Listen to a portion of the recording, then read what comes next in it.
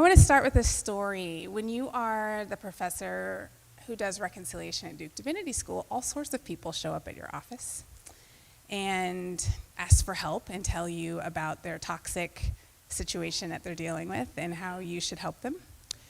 And about a year and a half ago, a pastor came to my office and he knocked on the door. He found out when my office hours were. He's not a student, has nothing to do with me, but he was there. And he said, I drove through the night to get here. And I said, oh, okay. And I don't want to give away the name of his church, but let's just say, if you had to name the 5 most racist churches in America historically, he's the pastor at one of them. And so he had just been installed as the pastor and said, I'm really concerned. This was right after Charlottesville. And he said, several people on my elder board were at Charlottesville in the white supremacist demonstration. He said, I have several people on my elder board who are leaders of the KKK in our county. And his church is sort of the patron church of one of the most racist institutions in America. His church funds most of this institution that you would all know the name of. And so he said, somehow I'm the pastor at this church. What do I do? How do I fix it? I want to change this church. And this is just, me doing my office hours. And I said to him, sort of half jokingly, have you considered converting to Pentecostalism?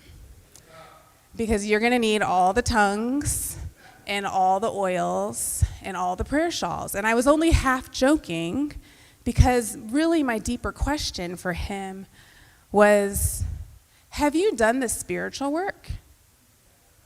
Do you really know what you're getting yourself into? Have you counted the costs? You're going to start a war if you even start to bring up this issue. You're going to get death threats. Your kids will be threatened at school. You're definitely going to lose your job, and you might lose your life. And even if you don't lose your life, something in you is going to die through this process. So what sort of spiritual work have you done to prepare yourself for this?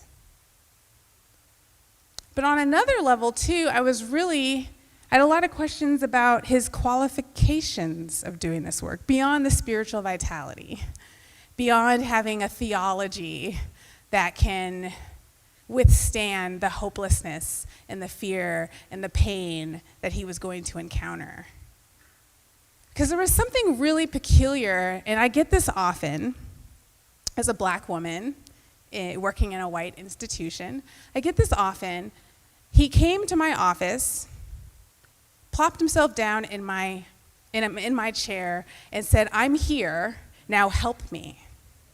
Now stop everything that you're doing, ignore your own needs. He even said, I'd like to have dinner with you tonight so we can keep talking, so that you can keep training me, so you can keep doing labor for me. He didn't use those words, it came as an invitation. I'll treat you to dinner. I can feed myself, thank you very much. What you want from me is labor and expertise. And there's a long history of white men in this country devaluing the labor of black women. So exactly what work have you done around your identity, around your power, that suggests that you're ready to do this work of creating the beloved community? Because the way that you're approaching me doesn't look good on you.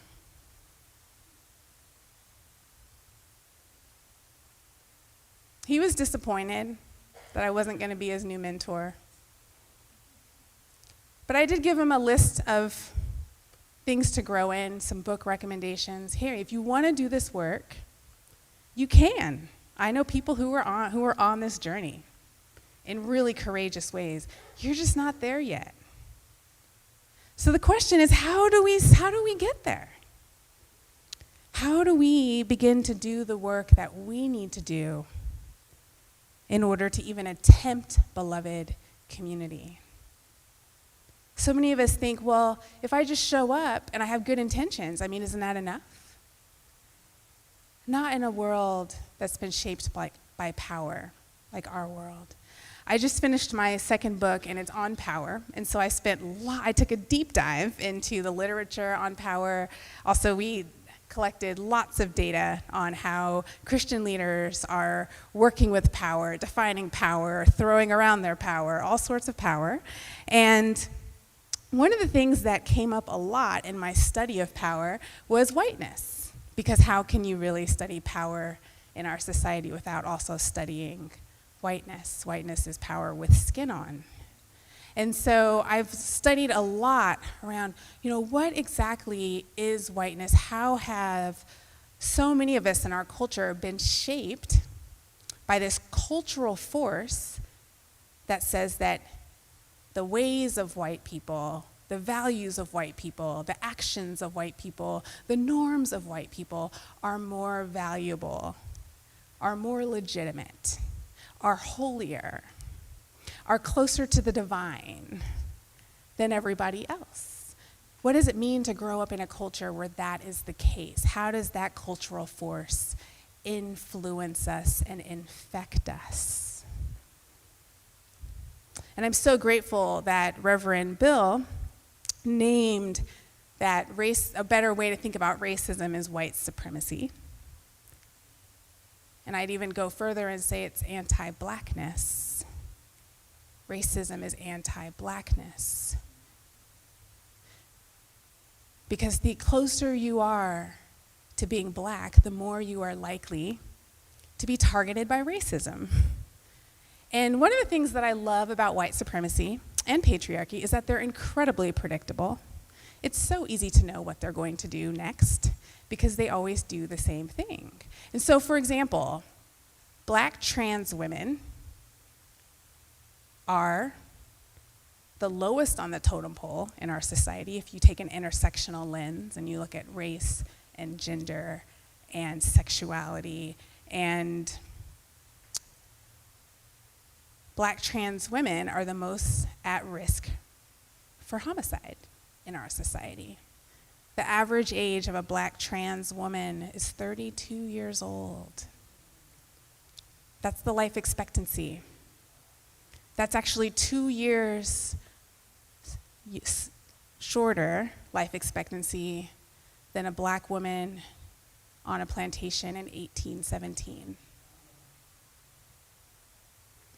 And so if you think about racism as anti-blackness, then it makes perfect sense that the woman who is trans and also black is going to be most at risk of racism, most targeted by racism. So it's predictable. So if we can start to think about how whiteness shapes us and how whiteness shapes our society, then we can start to uncover the ways in which we might need to be healed, the ways in which we might need to grow. And I say we because there are all sorts of people of color who practice whiteness. Whiteness is not just something that white people do, although white people do it. So one of the things that I've been studying and learning about is that there's a tenet of whiteness that's called ontological expansiveness. Ontological expansiveness, Reverend Dr. Walton named it so well when he talked about how pastors have such a hard time saying, actually, I don't know. Actually, I don't have it all together. Actually, I'm real vulnerable in this one area. Ontological expansiveness is about mastery. It's about dominance. It's about always moving forward. It's about there always being a frontier that we need to take over. I call it power sprawl or white sprawl, like you see in suburbs, where people are just building. And there's no rhyme or reason to it. It's not beautiful. There's no care taken for the existing populations. It's just, I deserve to be there because I am. I'm qualified because. So this pastor who came to my office and said, I want to be the white savior of my church and fix everything, he never even stopped to wonder, am I the right person to do this? Am I qualified? That's not a question he was even asking. Am I qualified? That's what ontological expansiveness is.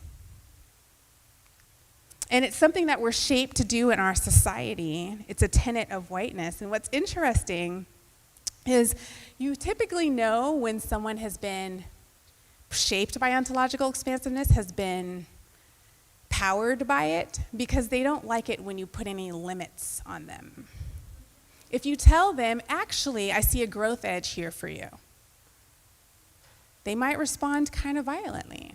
If you say, actually, I don't think you're qualified to do this work, they might respond kind of violently. If you're a black woman and you're telling them that, they're definitely going to respond violently.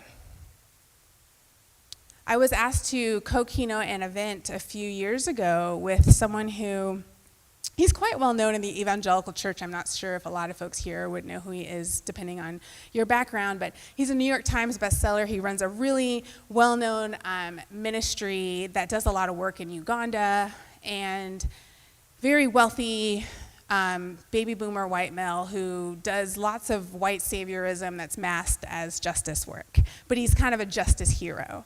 And so when I initially signed on to speak at this conference, he was not the co-keynote. And then a few months later, they said, oh, we found who your co-keynoter is, and it's this person. And I said, oh, okay, just so you know, my entire talk will be a critique of his talk. But if you're okay with that, then I'll go. And they said, oh, great. This was a university. They said, oh, we love ideas. We love discourse, discourse. And so they said, that's fine. And so I thought, I'm going to give this guy a heads up.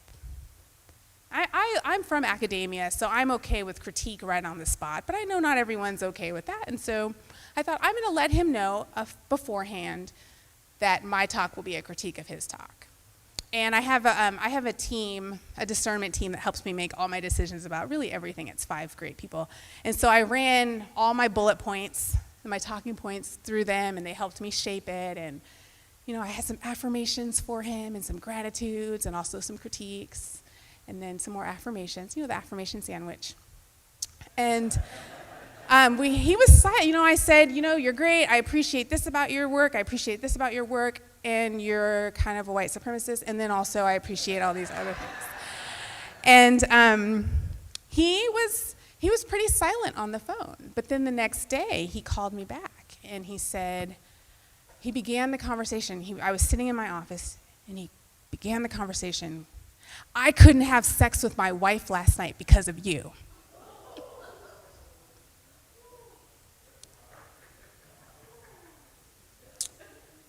Disintegration.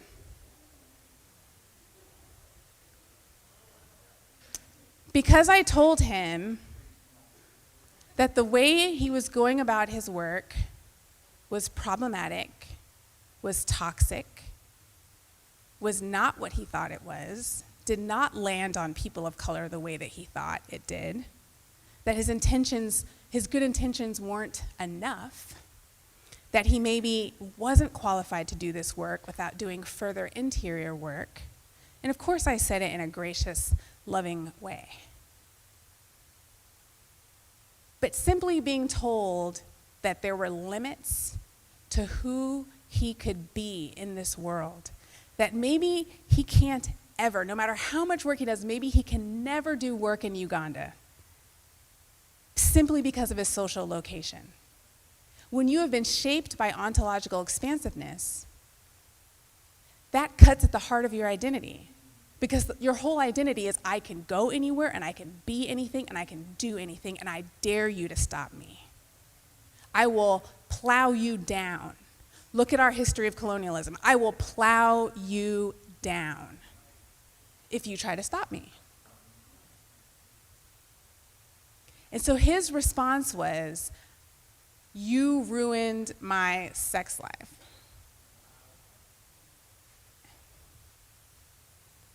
That's how much your feedback disintegrated me. If we're looking to see how people respond to any limits being placed on their ontological expansiveness, we see responses like his all the time. I was on the plane the other day, and a man wanted to get up and go to the restroom when the seatbelt light was on. And the flight attendant graciously said, "I need you to stay in your seat." Oh, he was so mad. Ontological expansiveness. How dare you? How dare you, woman, tell me that I can't get up and do what I need to do? It's amazing how much we are trained to go forth and take. You see something you want, go take it. I realized as I was doing this work that pretty much every time in my life where I have achieved something that's valuable according to whiteness, it's been because I practice ontological expansiveness. This is how we get ahead in the world. When I was a graduate student, all of my work was on group motivation. And now I do a lot of group motivation work in the context of the church. But when I was 24, I wanted to work in sports. And so a lot of my work was focused on sports team motivation. And I love baseball. Oh, I love it so much. I grew up watching the Bash brothers play in the Oakland Bay Area.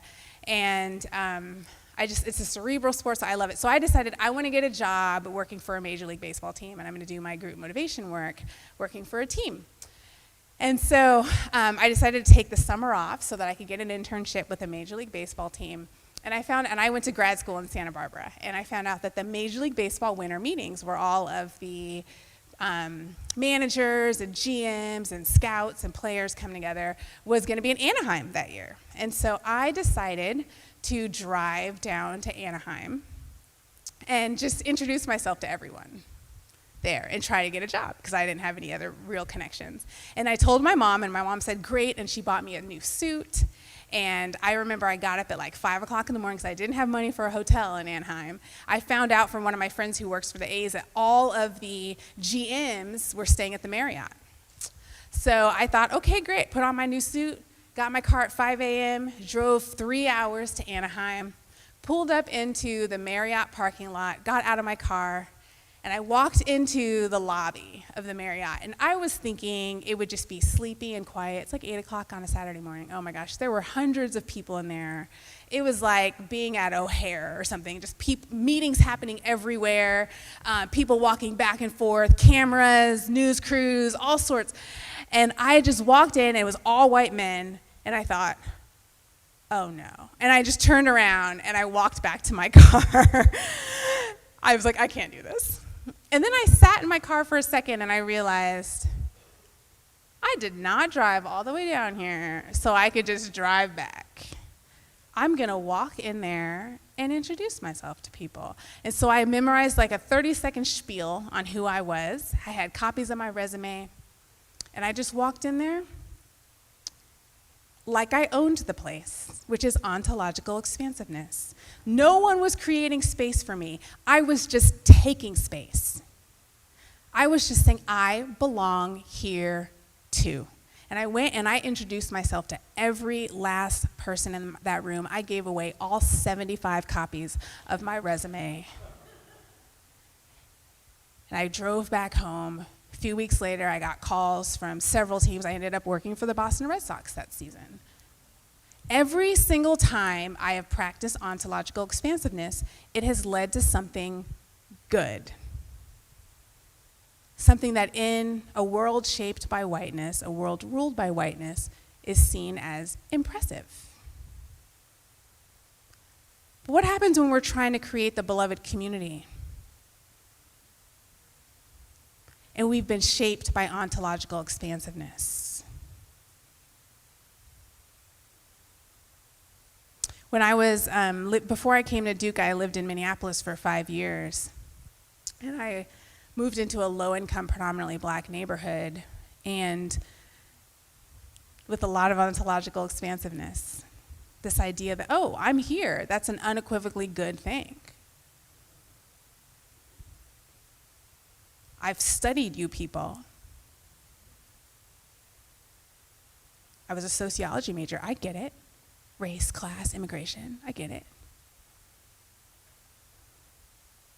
And it was really interesting when my neighbors, my lovely, wise neighbors, were like, we don't know you. Why should we trust you? Why should we partner with you? Your degree doesn't mean anything here. You didn't grow up here. You don't know the people.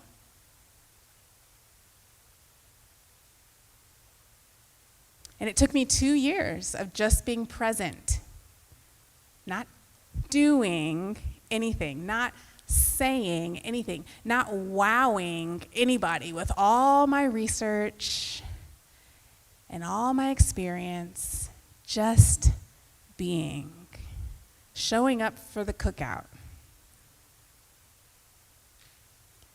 sitting there, doing the things that our white culture would not see as valuable, important, crucial work. According to ontological expansiveness, if we're not making progress, it's not worthwhile.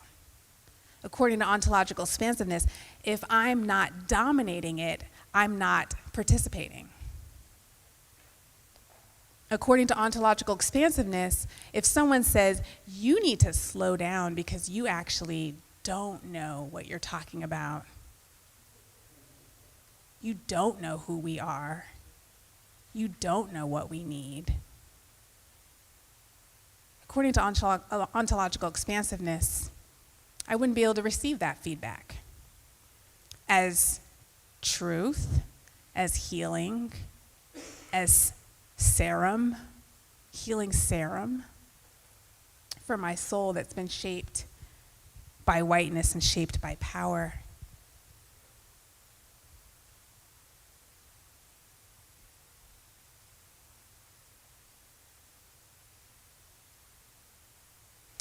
Before I dive into scripture really quickly, I want to give 2 more examples.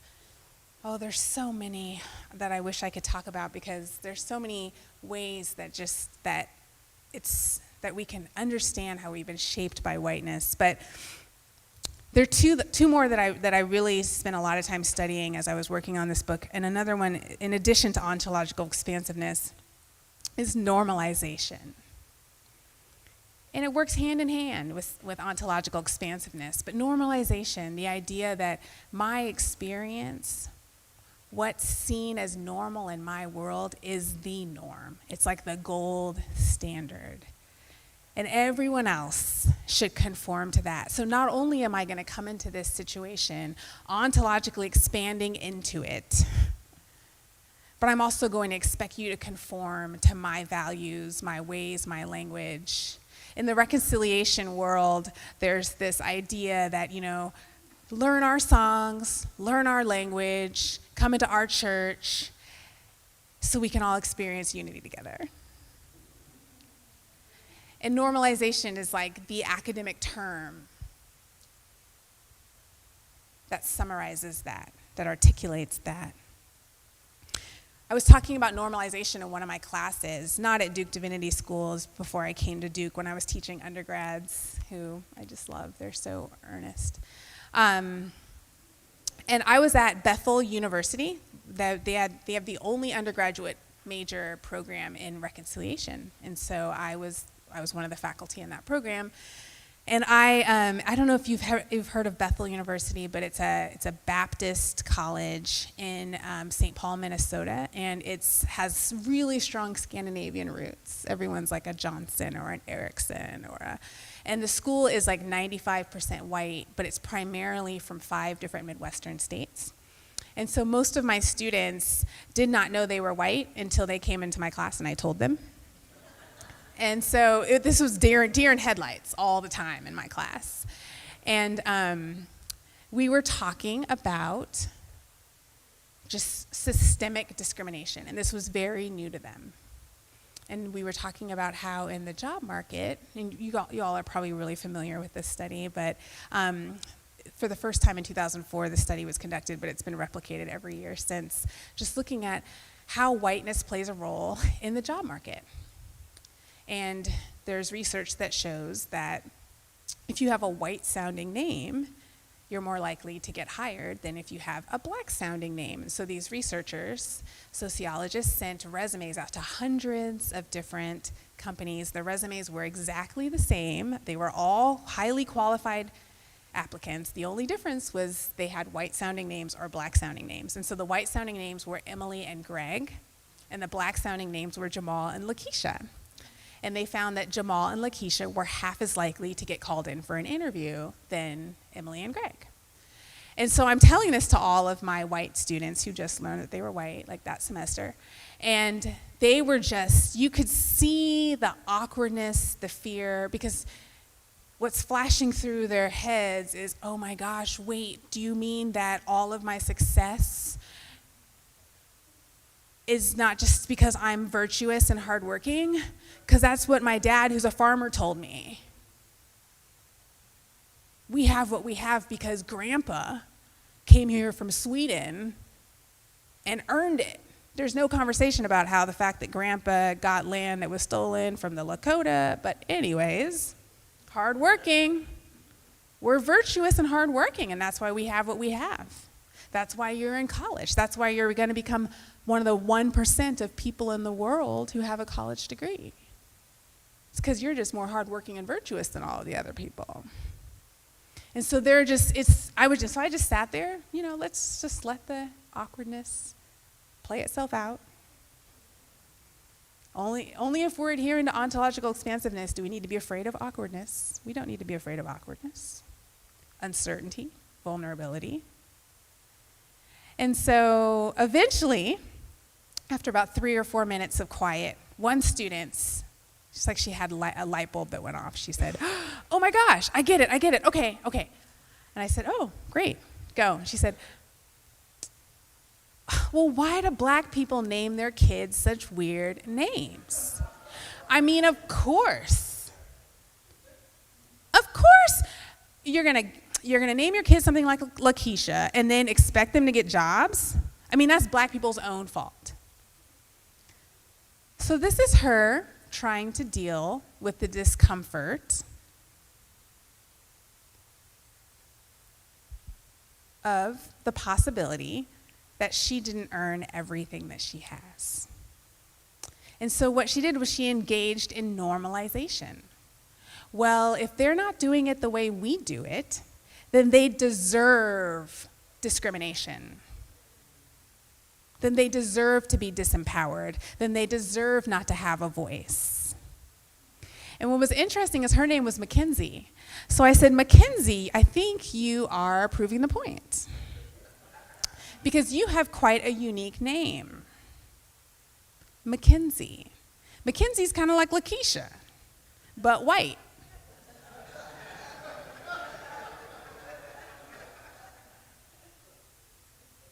But no one is looking at your unique name and saying, ooh, you better watch out for her. She's probably not going to be a good worker.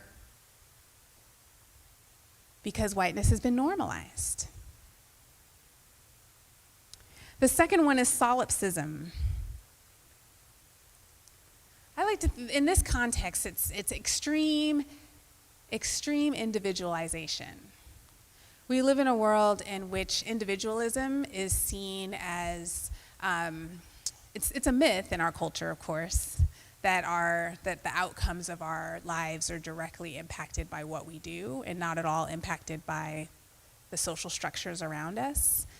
But solipsism suggests that that's not true. Solipsism is a way in which people who've been shaped by whiteness think, well, it's only about my experience, and it's only about my hard work, and it's only about what I do or what I don't do. It's not at all. I'm not impacted by the structures. I haven't been shaped by the structures, and so I'm going to ignore them.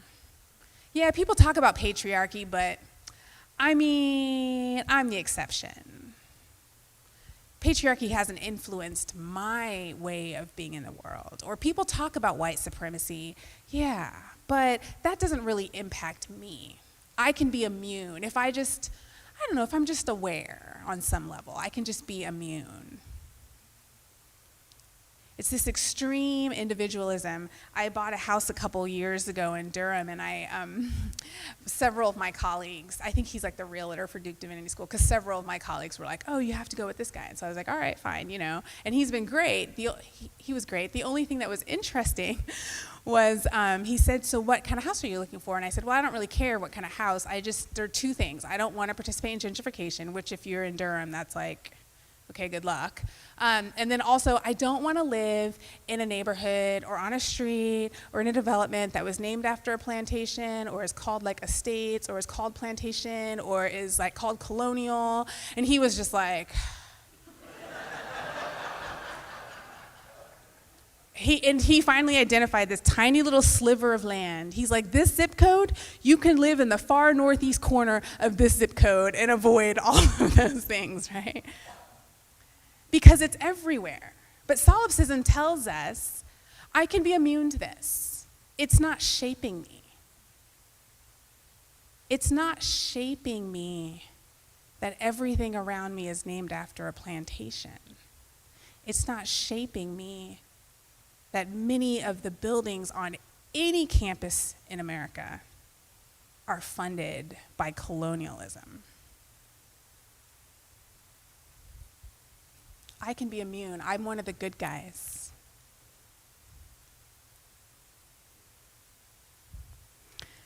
So we have ontological expansiveness.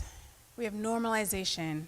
We have solipsism. These are the ways in which we have been shaped, usually non-consciously, to be in the world and to apply to situations in which we're trying to curate the beloved community.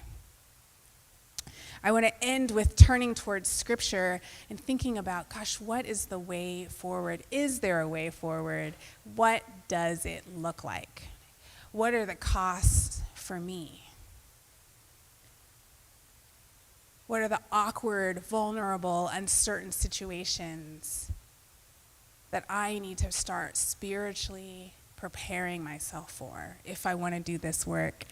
I love my students at Duke Divinity because they're so hopeful, they're so young, they're so idealistic, and so many of them just have like beautiful hearts, just want to serve, just want to serve. That's one of the neat things about being in a divinity school is so many of my students just want to go out and be in the church and love and listen. And I was talking to one of my students recently, and I said, so what's your philosophy of ministry? He said, I just want to be humble. I just want to be humble. I said, okay, great. That sounds beautiful and vague. So tell me more.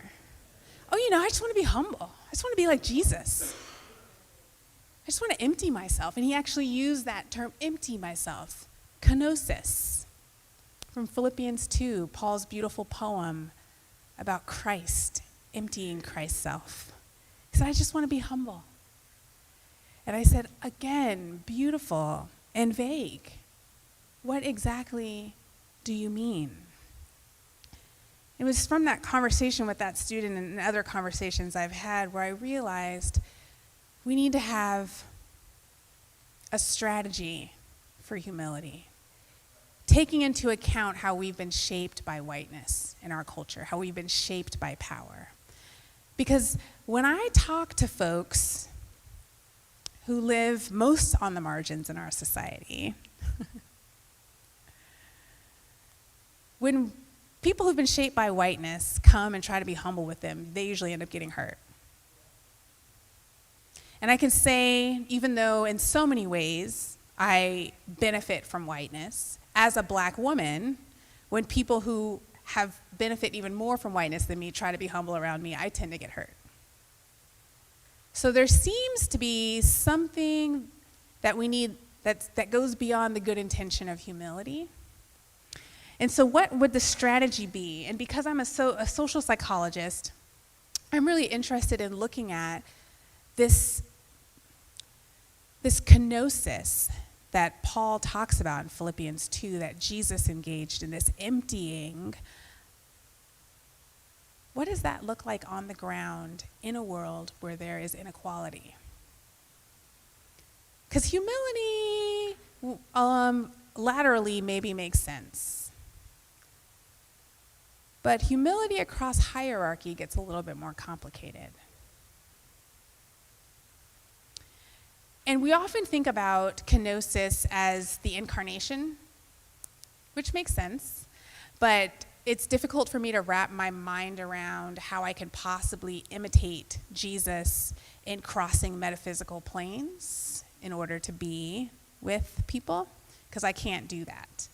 And so I've been really interested in studying Jesus' kenotic movements on earth as a human being with other human beings.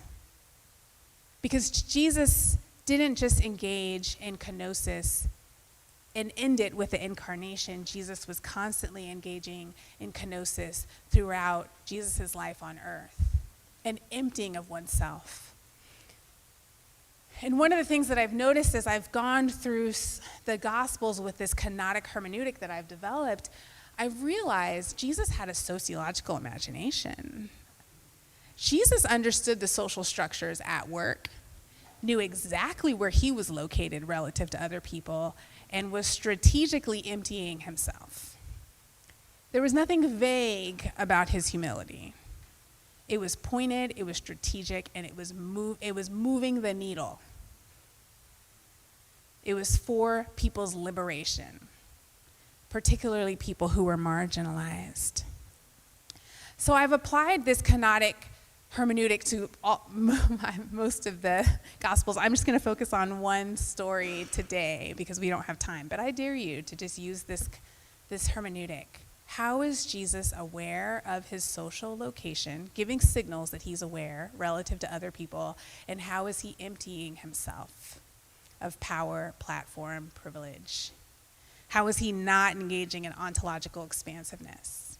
How is he not engaging in normalization? How is he not engaging in solipsism and inviting those around him to do the same, particularly the people who practice the most whiteness in his society? But Jairus is an interesting story because we have Jairus, who's like the king of whiteness, and then we have this woman who's on the bottom of the social ladder, who's been bleeding for 12 years. Outcast, marginalized. Maybe someone that nowadays we would say is on the same rung of the ladder as a black trans woman. At risk of societal hatred, marginalization, ostracization. Wrong in every way, dirty, dark, marginalized. And then we have Jesus. And what's so interesting about this particular story is that Jesus, up to this point, hasn't really done much in terms of interacting with the Jairuses of the world. He's from Nazareth, and he's been seen as the riffraff Messiah. All the lepers, the people who are in sex work, those are the people who are hanging out with Jesus. The blind people, it's not the Jairuses. And Jesus is probably, historians believe, surrounded by about 10,000 people in this particular instance, all of them the most marginalized folks. And Jairus enters this space, this beginning of a beloved community, we might say, because for the first time, we're starting to see some interaction from people across social status, trying to come together, brought together by need, really. Jairus, if he's like any other person I know who's been shaped by ontological expansiveness, has tried everything possible. Of course. All the best doctors, all the best healers, all the best rabbis, whoever, because Jairus has a need. Jairus has a child who's sick. So the fact that Jairus is willing to descend into the muck surrounding Jesus says a lot about Jairus' need, which we'll return to. Meanwhile, Jesus is trying to heal as many people as possible, and Jairus comes and says, "My child is sick, will you please help me?" And Jesus says, "Of course I will." There's enough love for everyone. I'll come with you to your house. Meanwhile, this woman reaches out and touches Jesus' hem. And in all three synoptic gospels, the story is told exactly the same. She touched Jesus' hem, the power went out of Jesus. Jesus knew the power went out, and she was healed.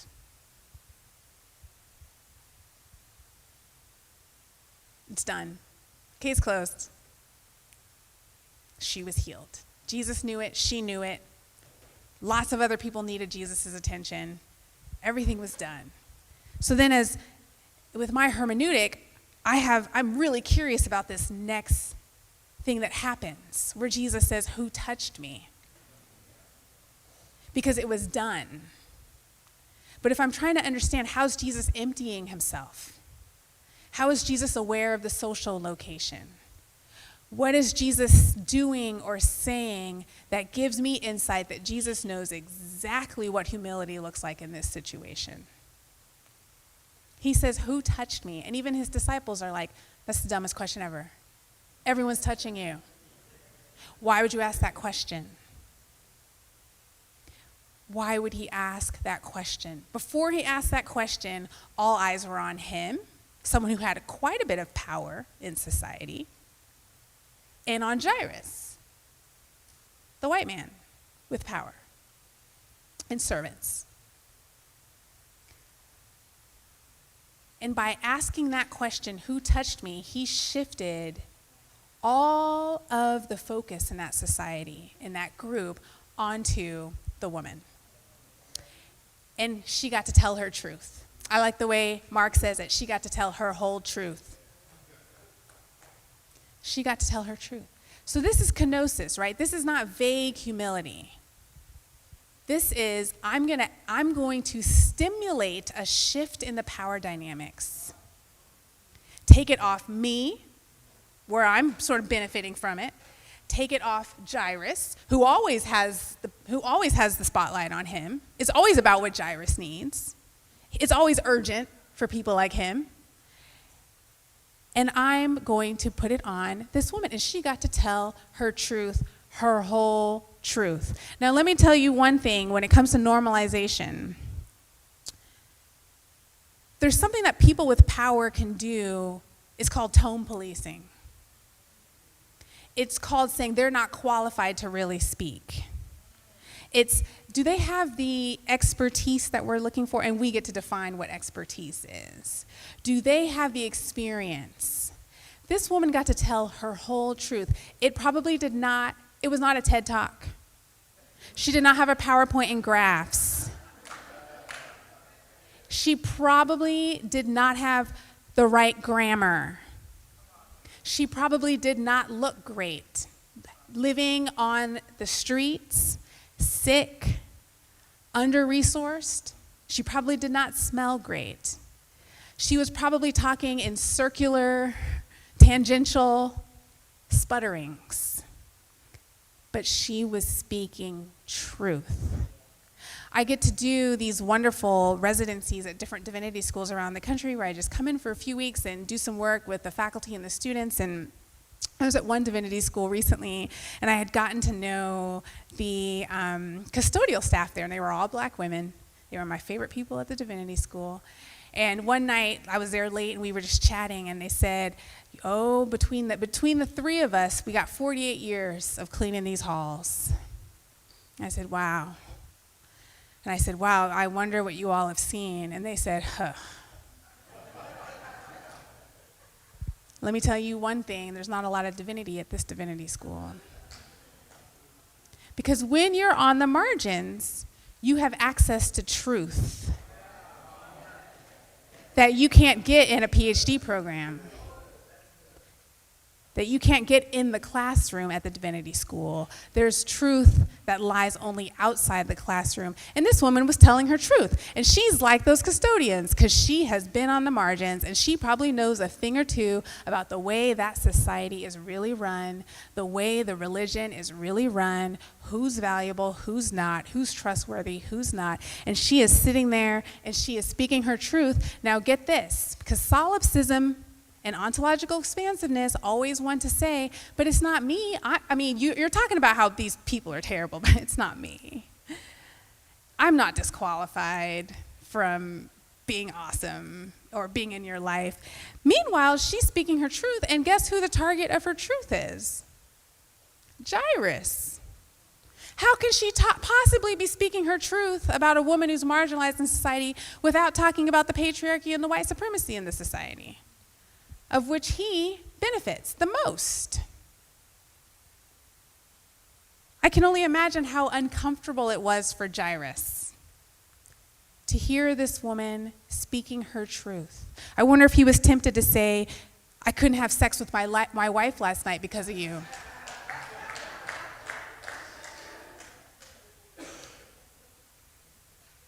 I wonder.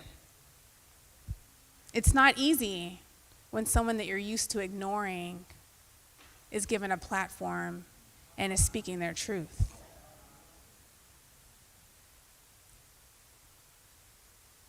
What I really appreciate most about Jairus, though, is that I've studied all of the historians of that time, all of the interpretations of these passages, and there's no evidence anywhere that Jairus steps in and ontologically expands and says, okay, Jesus, let's move along. Let's shut this down. Okay, great, I'm glad you got healed with your little problems. Let's move on. And he could have. And he could have, because that is exactly what we're trained to do. Those of us who've been shaped by power is to control the situation, control the agenda, control the schedule, control the timeline, control who gets to speak and for how long. Oh no, you're going over. Oh no, you're saying things that we don't really like. Okay, well then we're going to take the mic away. And he didn't do that. He sat there and he received her truth. Jesus invited him into a situation where he also was able to empty himself. And he followed. It's extraordinary when you think about it, because he had his own pain that he was carrying, which I think is so important for all of us to remember. Just because you benefit from whiteness more than others doesn't mean that you don't have pain. And my MTS student, Masters of Theological Studies student, and I are doing this massive research project where we're looking at white male leaders in the church who claim to care about justice and whether that correlates with their behaviors. Are they emptying themselves? Are they advocating for others at detriment to themselves? And as we've been observing them and noticing vast discrepancies, we've followed up with interviews and said, hey, what's going on here? We see your mission statement. We also observed that staff meeting. Let's talk about the discrepancy. And every single time we're getting the same response. We've interviewed over 65 clergy. Every single time we get the exact same response. Yes, I believe that this is important, but what about me? Yes, I believe it's important for there to be more female bishops. I do. But now that I'm up for bishop, I can do great good. I can work inside the system and change it. Ontological expansiveness. I'm qualified. I've benefited from white supremacy and patriarchy in this church my whole career, but I can fix it. I can be the revolutionary. I believe that affirmative action policies should be put in place. I do. And I think we should hire more Black people. But what about my son who's also applying for the job? What about him? I do want to give sacrificially of my income. I do. I do want to engage in some sort of personal reparations, because I know that my family wealth is ill-gotten. But what about my bills? What about my retirement? It's always, but what about me? And so as we've heard these responses, it's like every privileged, powerful person's worst fear is the resurrection really true? Can I trust that? Is there enough power for all of us? If someone else gets power, will I have enough? Can I really believe that there's enough power and love for all of us? Or do I need to fall back into resource scarcity that I'm taught in this world? So as I've heard those responses, it's been powerful for me to go back to Jairus and just give him honor for not shutting down the situation, for holding space for his pain, for his uncertainty, for his vulnerability, while Jesus was doing something else. While Jesus was saying, I am reorganizing the power structure here. You can be a part of it or not, but it'll be better if you're a part of it. And somehow Jairus was able to lean in and to receive this woman's truth. I'm going to finish. This woman eventually stopped talking. I imagine she went on for a very long time, as she should. She eventually stopped talking. And then Jairus' worst fear comes true. His servants come and they say, your child's dead. See? We can't really believe in the resurrection. See, look what happens when you participate in that justice stuff, when you make space for other people. Comes back and it hurts you. Every privileged person's worst nightmare coming to fruition. After Jairus was vulnerable, went outside of his social class to even talk to Jesus, ask for help, say, I can't do it. I can't fix it. I have a need that I cannot meet.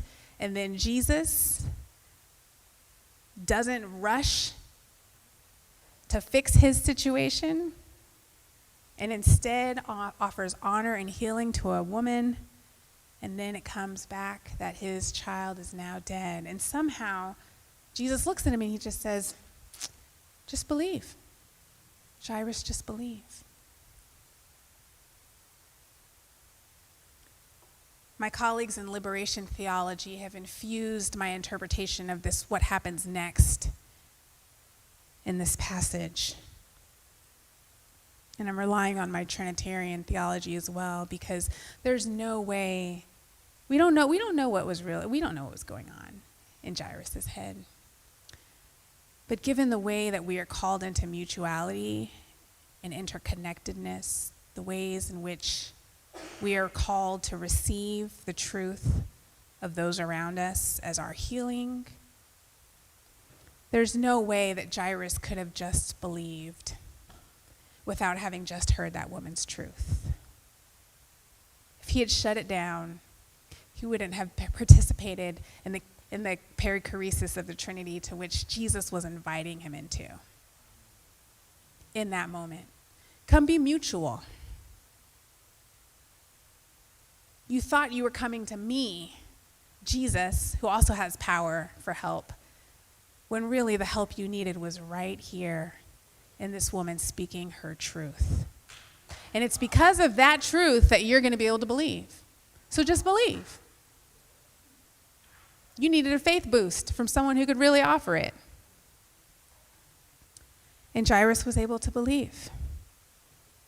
So here we have an example of what it looks like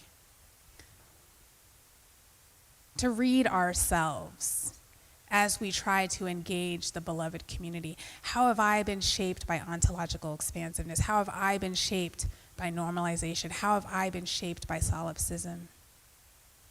How do I become more mindful of those elements, those forces in my life? We really don't need to look much further than Scripture. Jesus is carving out a way for us. Thank you.